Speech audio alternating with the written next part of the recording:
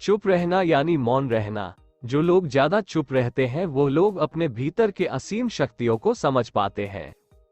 गौतम बुद्ध के अनुसार मौन की शक्ति इतनी ज्यादा है कि वह हमारे अंदर के सारे तनाव, सारी की सारी चिंता और भय को खत्म कर देता है और लोगों के बीच हमें एक होशियार और आकर्षित मनुष्य बना देता है। एक बार गौतम बुद्ध अपने आश्रम में अपने सभी शिष्यों को शिक्षा दे रहे थे कि दुनिया की सबसे तेज छुरी हमारी जबान है और दुनिया के सबसे खतरनाक हथियार हमारे शब्द हैं, जो बिना किसी का खून बहाए लोगों को अंदर ही अंदर मार सकते हैं।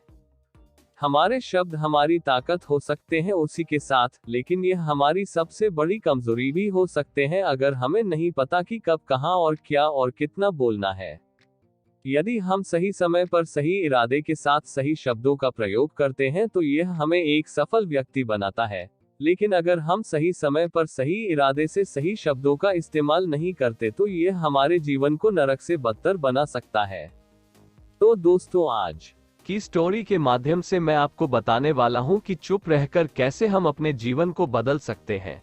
आपको चुप रहने की शक्ति का एहसास इस वीडियो में होने वाला है। वीडियो शुरू करने से पहले वीडियो को लाइक जरूर करें। तो चलिए शुरू करते हैं इस कहानी को। जापान में एक बहुत ही प्रसिद्ध बौद्ध भिक्षु रहा करते थे। उनका नाम रिसाई था। अकेले रहते थे, दुनिया के शोर शराबे से दूर जंगल में वो रहते थे और वह बड़े ही ध्यानी और प्रभु भक्त व्यक्ति थे, इसलिए वह पूरे जापान में बहुत अधिक प्रसिद्ध थे। एक दिन एक राजकुमार रिसाई के पास आया और बोला, हे प्रिय भिक्षु, मैं हमेशा थका हुआ, निराश और परेशान महसूस करता हूँ। मेरा मन बहुत अशांत रहता है। हालांकि मेरे पास सब कुछ है, दौलत, शोहरत, सुख सुविधाएं जो हर व्यक्ति चाहता है या पानी की इच्छा करता है, लेकिन फिर भी मेरे अंदर इतनी अशांति और चिंता क्यों है? रिसाई ने उसकी बात बहुत ही ध्यानपूर्वक सुनी और कुछ सोचने के बाद कहा, तुम इस प्रश्न का उत्तर जानते हो, बस तुमने कभी इस प्रश्न को हल करने की कोशिश नहीं की है। ने आगे कहा, मैं एक रिसर्च करना चाहता हूँ, क्या तुम मेरा साथ उसमें दोगे? इस रिसर्च के बाद तुम्हारे जीवन में किसी भी तरह की अशांति और चिंता नहीं रहेंगी। ये बातें सुनकर राजकुमार बहुत हैरान था।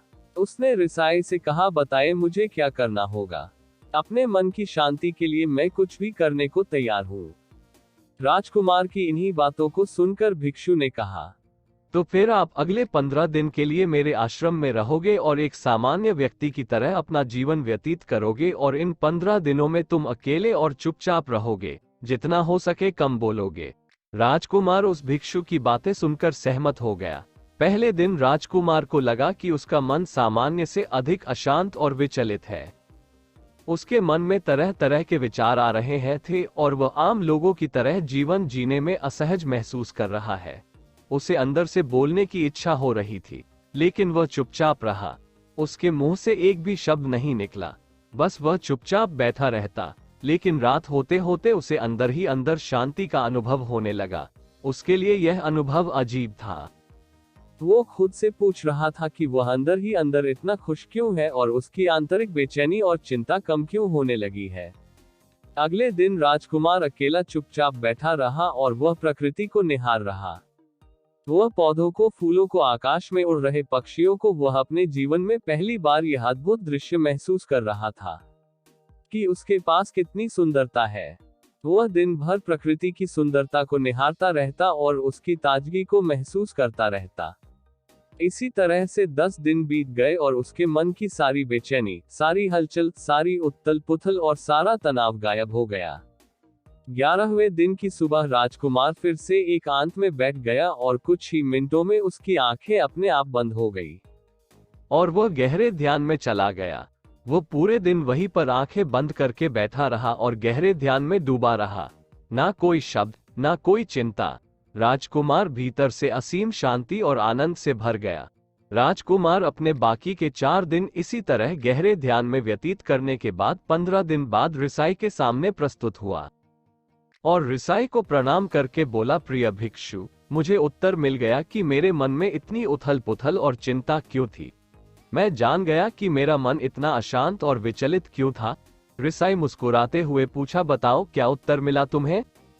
राजकुमार ने कहा, मैं आवश्यकता से अधिक बातें करता था। मैं किसी पर भी अपने शब्द और ऊर्जा व्यर्थ करता था। मैं दिन भर अपने लोगों से फालतू की बातें करता रहता और फिर उन्हीं के बारे में अकेले में सोचता रहता।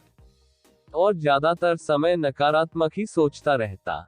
इस तरह मैं बस अपना समय बर्बाद कर रहा था।